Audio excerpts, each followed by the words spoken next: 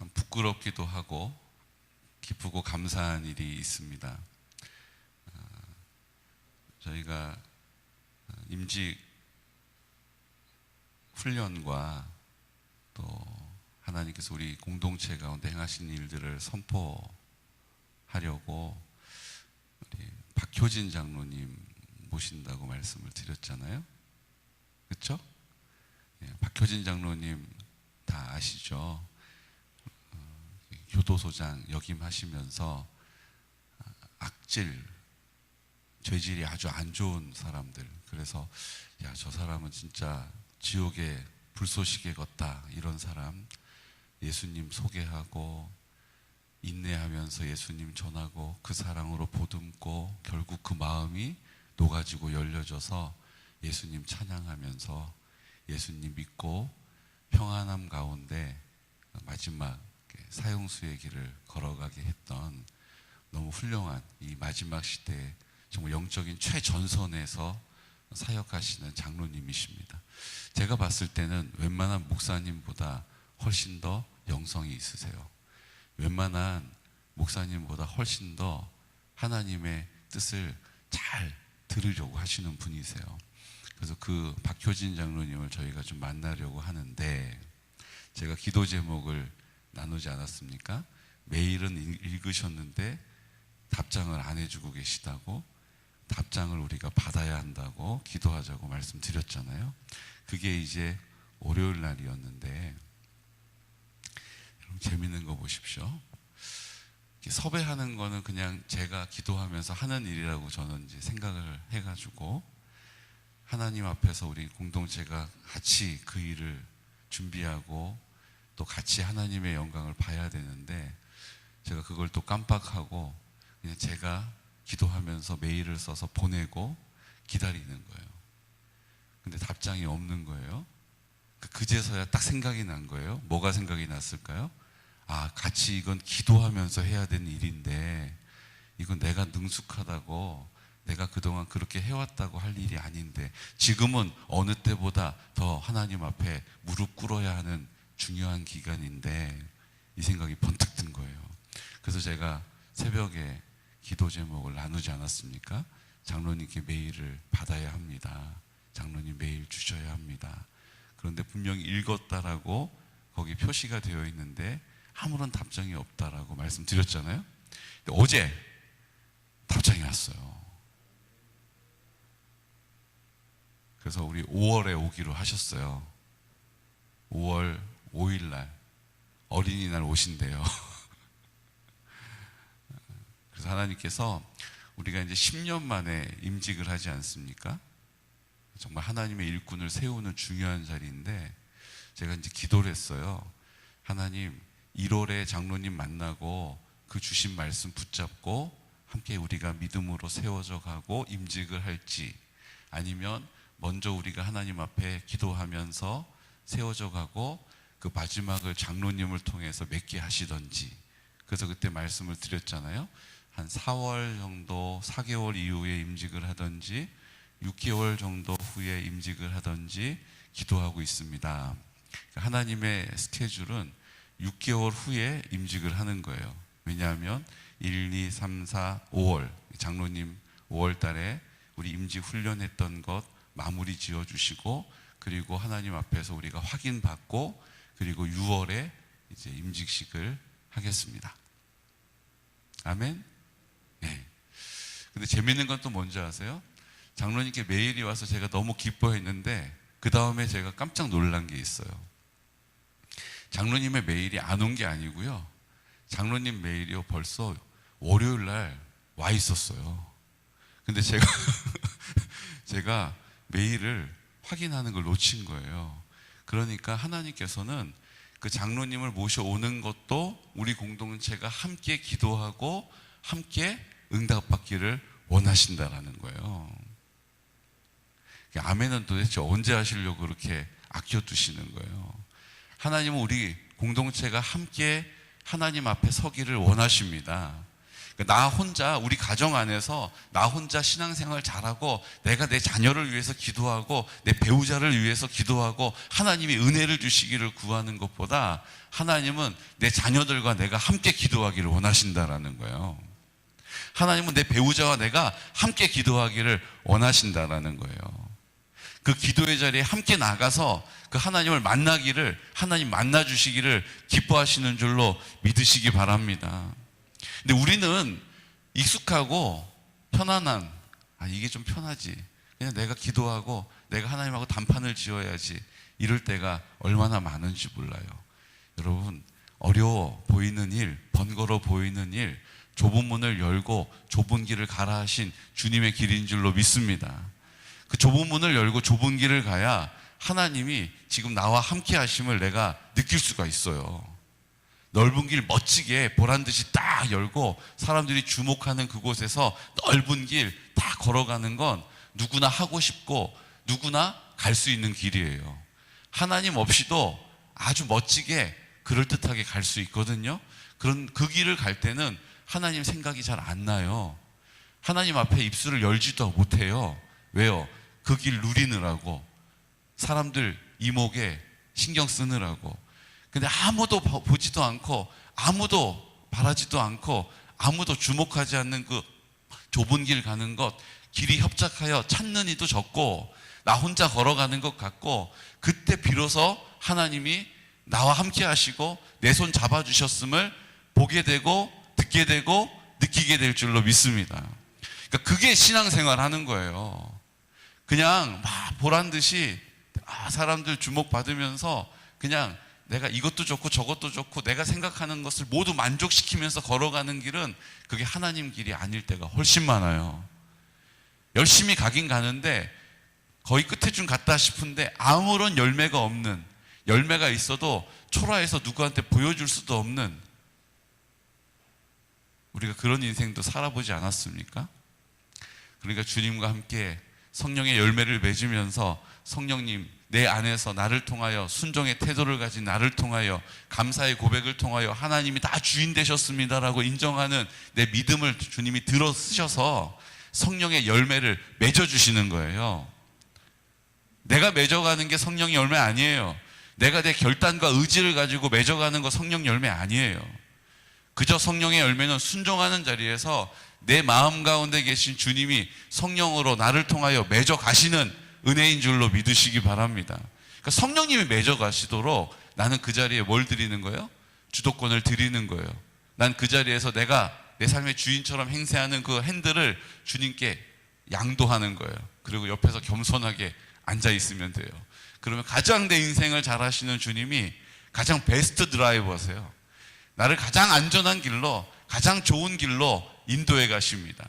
나는 그 옆에서 여유 있게 지나가면서 그 아름다운 풍경도 보고, 지나가면서 이런 길이 있었구나, 야 이렇게 가면 훨씬 더 빨리 올 수 있었는데 나는 예전에 삥 돌아가지고 왔구나. 하나님 감사합니다. 그 삶에 지혜가 생기고 어떤 상황에서도 담대함이 생기고 평안하게 되는 줄로 믿습니다. 그러니까 이스라엘 백성들이 지금 그 삶을 하나님이 약속하셨는데도 기대도 없고 관심도 없고 자기의 소견에 오른 대로 살아가는 거예요. 우상 숭배하는 그 가나안 사람들, 저 우상 숭배해도 저 사람들 잘 살고 있잖아. 우상 숭배하는 가나안 사람들, 우상 숭배해도 멀쩡하네. 그리고 그들이 섬기는, 보여지는 그 우상을 섬기기 시작하는 거예요. 므낫세 왕 보십시오. 므낫세 왕은 그 우상을, 하나님 성전에 있는 기물들을 다 치워버리고 그 우상을 그 성전에다 두었던 왕이에요. 그 또 55년 동안 그 우상을 섬기는 일을 너무 노골적으로 한 왕이었죠. 근데 이스라엘의 왕으로 하나님이 허락하신 거예요.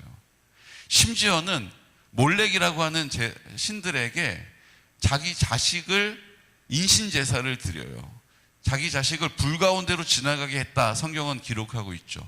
그냥 뜨거운 불에 후다닥 지나간 게 아니고 그 불에다가 던져서 태워 죽이는 거예요.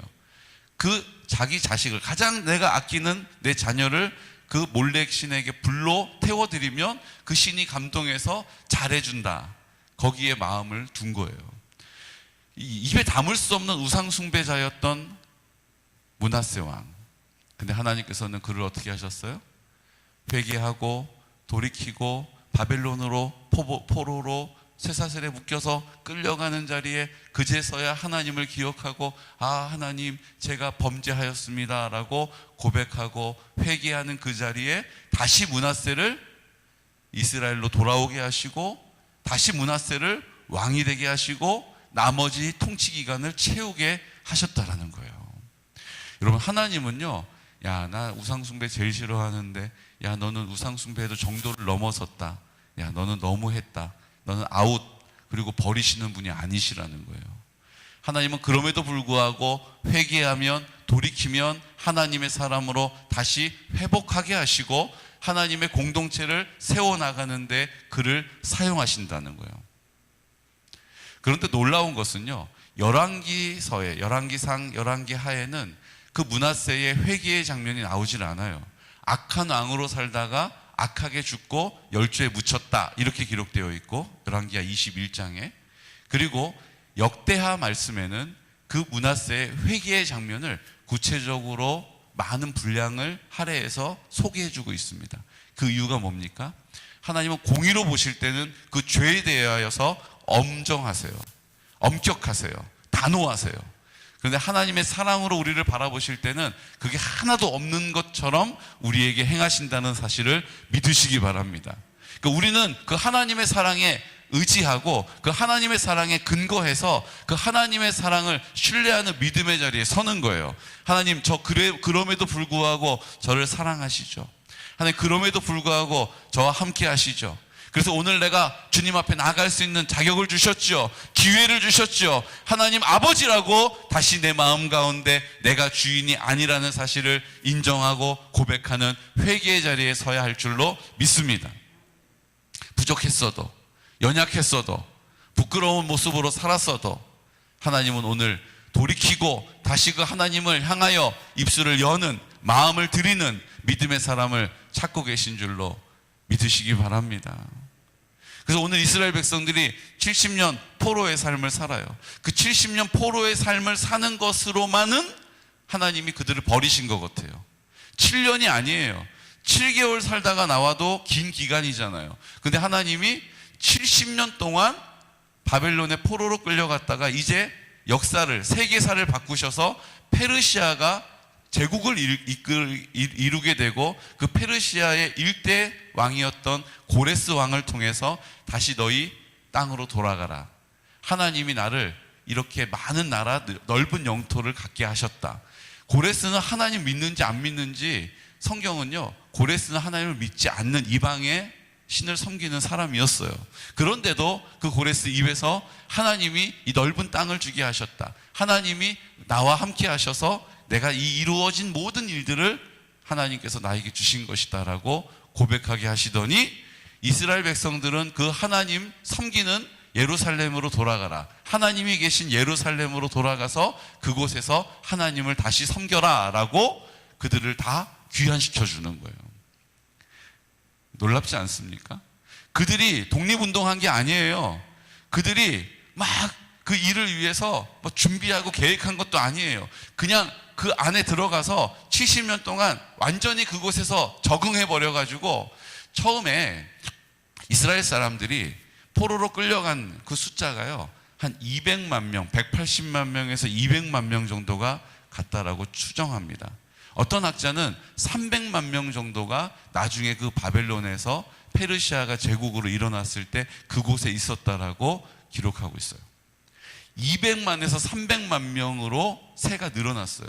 그런데 그곳에 있었던 이스라엘 백성들은 예전에 출애굽했을 때 그 노예와 같은 삶을 살았던 이스라엘 백성이 아니에요. 우리가 오해하면 안 되는 것이, 하나님이 70년 포로로 있게 하셨던 그곳에서 하나님이 그들을 어떻게 하셨어요? 돌보아 주셨어요. 그래서 그들이 그곳에서 돈을 많이 벌고 부유한 사람이 되기도 하고요, 부자가 되기도 하고요, 그곳에서 관직에 오르기도 하고요, 그곳에서 마치 우리나라에 지금 들어와 있는 외국인 노동자들처럼 모든 것이 보장이 되고, 열심히 하면 국회의원도 되고, 열심히 하면 좋은 차도 좋은 집도 살 수 있도록 하나님이 돌봐주셨어요. 그래서 그들이 돌아오게 될 때에 다 돌아오지 않고 그들이 일부만 돌아가는 거예요. 고레스는 다 너희들 땅으로 돌아가서 하나님을 섬겨 이렇게 얘기했음에도 불구하고 자기들이 그곳에 안주하고 그곳에 터를 잡았기 때문에 다시 하나님의 성전을 세우고 하나님의 나라를 이루어가는 일에 있어서 아유 가면 뭐해, 고생만 할 텐데, 아유 가면 뭐해, 여기가 훨씬 더 좋지. 그리고 그들이 그곳에 그냥 안주해 버렸다는 거예요. 오늘 이 사실을 우리가 마음에 새기시기를 축복합니다. 하나님의 나라를 세우는 일은요, 하나님이 다 이루어 가세요. 그런데 그 하나님의 나라를 세우는 그 장본인은 누가 되어야 하냐 하면, 그 하나님이 은혜를 베풀어 주셨던 이스라엘 백성들, 그 하나님이 은혜를 베풀어 주셨던 나를 통하여 순종함으로 그 하나님의 나라가 회복되게 하신다라는 거예요. 그냥 누구를 통해서 하는 게 아니라 하나님은 오늘 나를 부르셔서 내가 순종하여서 그 자리에 있는, 그 믿음의 자리에 있는, 그럼에도 불구하고 하나님이 우리를 사랑하시고 그럼에도 불구하고 하나님이 우리를 통하여, 나를 통하여 하나님의 나라를 이 땅 가운데 이루어 가실 것이라는 믿음을 가진 사람을 통하여 하나님의 나라가 이루어지는 거예요. 죽음 이후에 하나님의 나라, 물론 우리가 그 약속이 우리 안에 있죠. 그런데 우리는 죽음 이후에 가는 하나님의 나라인 줄만 알고 이 땅에서 좌충우돌하면서 자신 없어 하면서 어떡하지 염려하면서 또 열심을 내가 내어보면서 그렇게 살아가잖아요. 우리 권사님들 오늘 하나님 나라 갈 수 있습니까? 라고 여쭤보면 다 아이고 오늘은 좀 곤란한데, 아유 나 오늘 욕심 좀 부렸거든. 다 우리의 생각에 하나님의 나라가 왔다 갔다 들어갔다 나왔다 들어갔다 나왔다 하는 거예요. 사랑하는 성도 여러분, 하나님의 나라는 이 땅에서 우리의 허락하신 공동체 안에서 하나님이 살아내기를 기뻐하십니다. 그리고 그렇게 할 수 있는 능력이 되시는 거예요. 어디에서요? 내 마음 가운데 계심으로. 여러분 이제 새벽이지만 수학을 좀 하려고 그래요. 산수. 이스라엘 백성들이 바벨론의 포로로 이제 계속 우상 숭배하고 하나님이 선지자를 보내시고 돌아오라고 기회를 주셨음에도 불구하고 계속 거절하고 무시하고 외면하고 자기의 길을 고집하면서 가다가 하나님이 결국 꽝 하고 그들을 완전히 바벨론의 포로로 다 끌고 가게 하셨던, 나라가 예루살렘이 완전히 초토화되고 나라가 완전히 망하게 된 해가 586년이에요. BC 586년, 예수님이 오시기 586년에 나라가, 남유다가 완전히 망하게 됩니다. 그리고 나서 70년 포로 생활을 하게 돼요.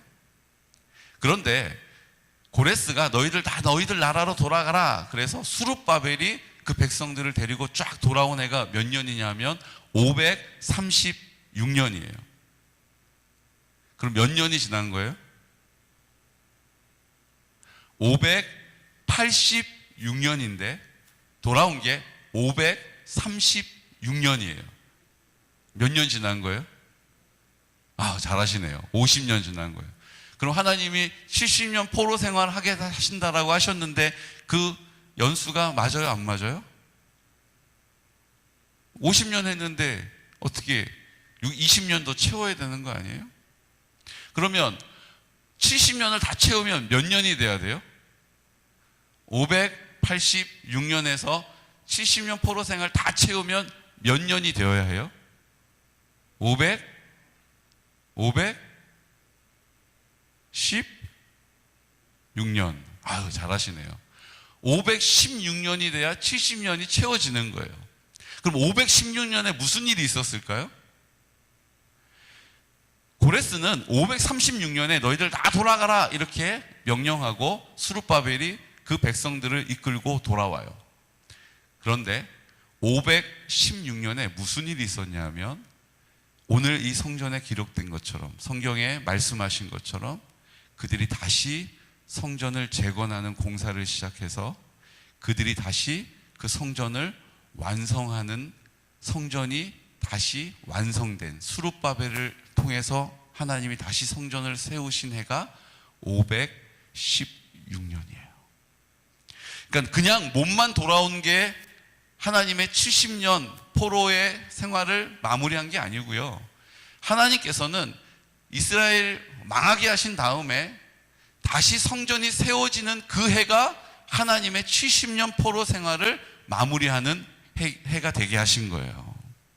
우리는 몸이 돌아오고 우리가 어떤 일을 하는 것이 하나님의 뜻이 이루어진다라고 생각하지만, 성전이 세워지는 것이, 우리가 성전으로 주님 아버지 앞에 드려지는 것이, 성령이 우리 안에 계시니 너희가 성전인 것을 알지 못하느냐라고 우리에게 가르쳐 주셨던 그 말씀이 성취되어지는 일임을 믿으시기 바랍니다. 우리가 온전히 하나님께 드려지는 것이 하나님의 뜻이 완성되는 거예요. 516년 수룹바벨 성전이 세워지는 일, 하나님이 그 516년 성전이 세워지는 그 해를 70년 포로 생활의 마지막으로 마무리하게 하신 거예요. 사랑하는 성도 여러분, 우리의 삶을 주님 아버지 앞에 하나님의 나라가 되었음을 선포하고 하나님의 나라를 이루는 일을 위하여 우리의 기도와 간구가 드려질 때, 하나님은 하나님의 뜻을 온전히 이루었다라고 인정해 주시는 것입니다. 처음 이스라엘 백성들이 바벨론으로 끌려갔을 때 약 180에서 200만 명이 갔는데, 처음 수룹바벨을 통하여 다시 이스라엘 땅으로 돌아온 사람, 고레스 왕이 너희 다 돌아가서 하나님 섬겨 이렇게 이야기 듣고, 야 이제 우리에게 자유가 돌아왔다, 이제 우리는 해방이다 이러면서 다시 우리 고향 앞으로 그러고 갔던 사람이요, 몇 명이나 됐을까요? 오늘 2장에서 그 인구조사를 쭉 우리에게 설명해 줍니다. 인원수를 다 세보니까 49,897명이에요. 49,897명. 200만 명이라고 계산했을 때 그들이 1차로 돌아왔던 사람은 5만 명이 안 됐어요. 2차로 오늘 에스라를 통하여 돌아온 사람은 1758명이에요. 둘이 합쳐봤자 5만 명밖에 안 돼요. 3차, 1, 2, 3차를 통해서 포로로 끌려갔는데 하나님은 다시 1, 2, 3차를 통해서 돌아오게 하세요. 세 번째, 몇 명인지 정확하게 기록되어 있지 않지만 추산해 봤을 때 한 5만 명 정도 돌아왔다라고 볼 때 10만 명이 돌아온 거예요. 200만 명 중에 10만 명만 돌아온 거예요. 다 그들은 그곳에 정착하고 거기에 안주하고 이곳 생활이 좋으니까 다시 하나님의 나라 세우는 일, 나 하는 거 자신 없어요, 해본 일 없어요, 하고 싶지 않아요. 그리고 다 거기에 남은 거예요. 단지 5%만이 다시 하나님의 나라를 세우는 곳에 순종하고 돌아온 거예요. 자기가 읽어놓은 것들, 익숙한 것들 다 포기하고 다시 하나님의 나라 세우는 일을 위하여 순종함으로 돌아왔던 사람 5%밖에 안 돼요. 하나님은 그 사람들을 통하여서 하나님의 일들을 이루어 가십니다. 오늘 우리는 5%가 되기를 원해요. 95%의 삶을 살면서 안주하지 않고 나는 하나님의 약속을 믿고 황무지, 황폐해져 버린 그 예루살렘으로 돌아가서 하나님의 전을 세우는 일을 내 삶을 들여 순종하겠습니다. 그 하나님의 능력을 힘입는 인생을 살기를 원합니다라고 고백하는 5%가 되시기를 예수 그리스도 이름으로 축복합니다. 그리고 오늘 저는 너무 마음 아픈 장면을 우리가 보지 않습니까? 3장 12절 말씀 우리 함께 선포할까요? 3장 12절. 제사장들과 레위 사람들과 나이 많은 족장들은 첫 성전을 보았으므로 이제 이 성전의 기초가 놓임을 보고 대성통곡하였으나 여러 사람은 기쁨으로 크게 함성을 지르니. 처음 하나님께서 세우셨던 솔로몬 성전의 그 아름다움과 그 위용을 다 본 거예요, 나이를 많이 먹은 족장들은.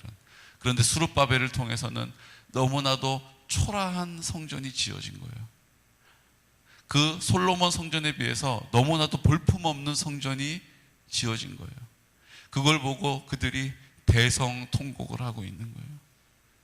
그 70년 포로 생활하면서 그 땅에서 태어난 그 다음 세대들, 다음 세대들은 그냥 성전이 세워진 것에 기뻐하고 막 잔치를 하고 노래를 부르는데 원래 하나님이 은혜 베풀어 주셨던 그 하나님의 크신 사랑과 은혜를 경험했던 그 첫 성전을 보았던 나이 많은 족장들은 그 성전을 보면서 우리가 어떡하다 이렇게 되었느냐라고 땅을 치면서 통곡하고 있는 거예요. 저는 우리가 70년대 80년대 하나님이 우리 교회 한국교회 가운데 부어주셨던 그 부흥과 은혜를 기억했던 많은 분들이 점점점 쇠약해져 가고 점점 주님의 품에 안기고 계시는 것을 볼 때 저는 마음이 아파요. 어떻게 하다 그 믿음의 유산을 우리가 다 잃어버리고 손가락질을 받는 한국교회, 볼품없는 한국교회, 경건의 모양도 잃어버린 것처럼 보이는 한국교회가 되었는지 저도 이 통곡하는 이 마음이 제 안에 느껴져요.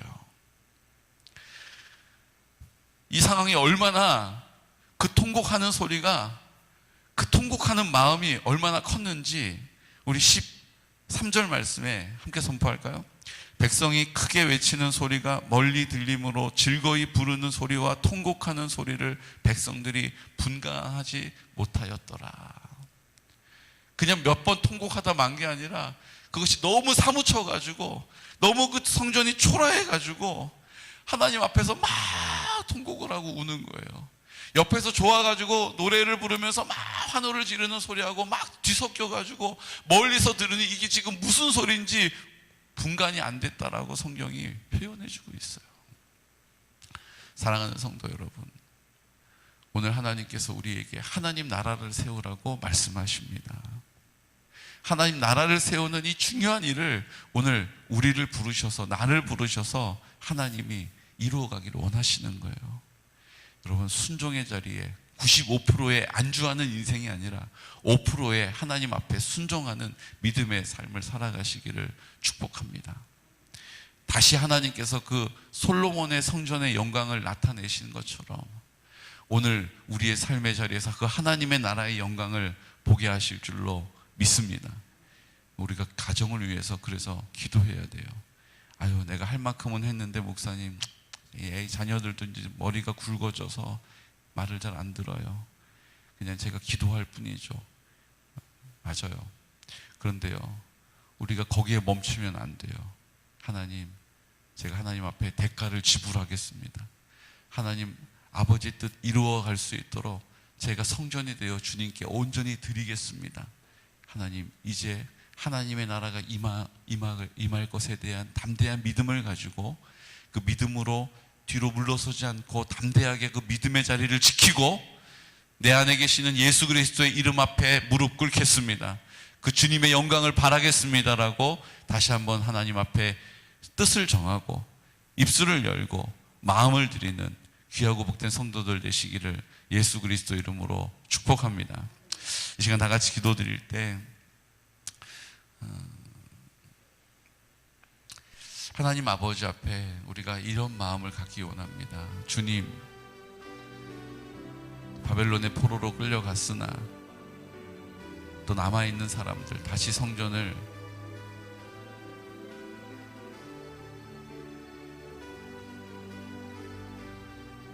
그 기물들을 다 바벨론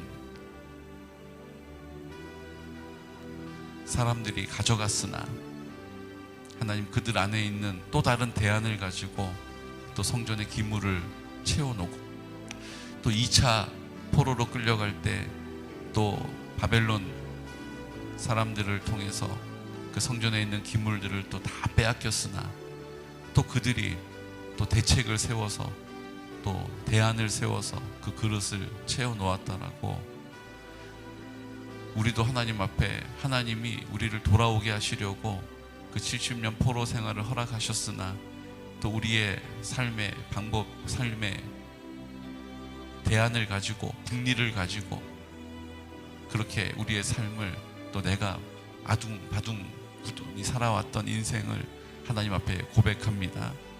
이제 주님 돌아오라 하시는 그 자리에 돌아올 수 있는 믿음을 주셔서 하나님 나라 이 땅 가운데 이루어가기 원합니다.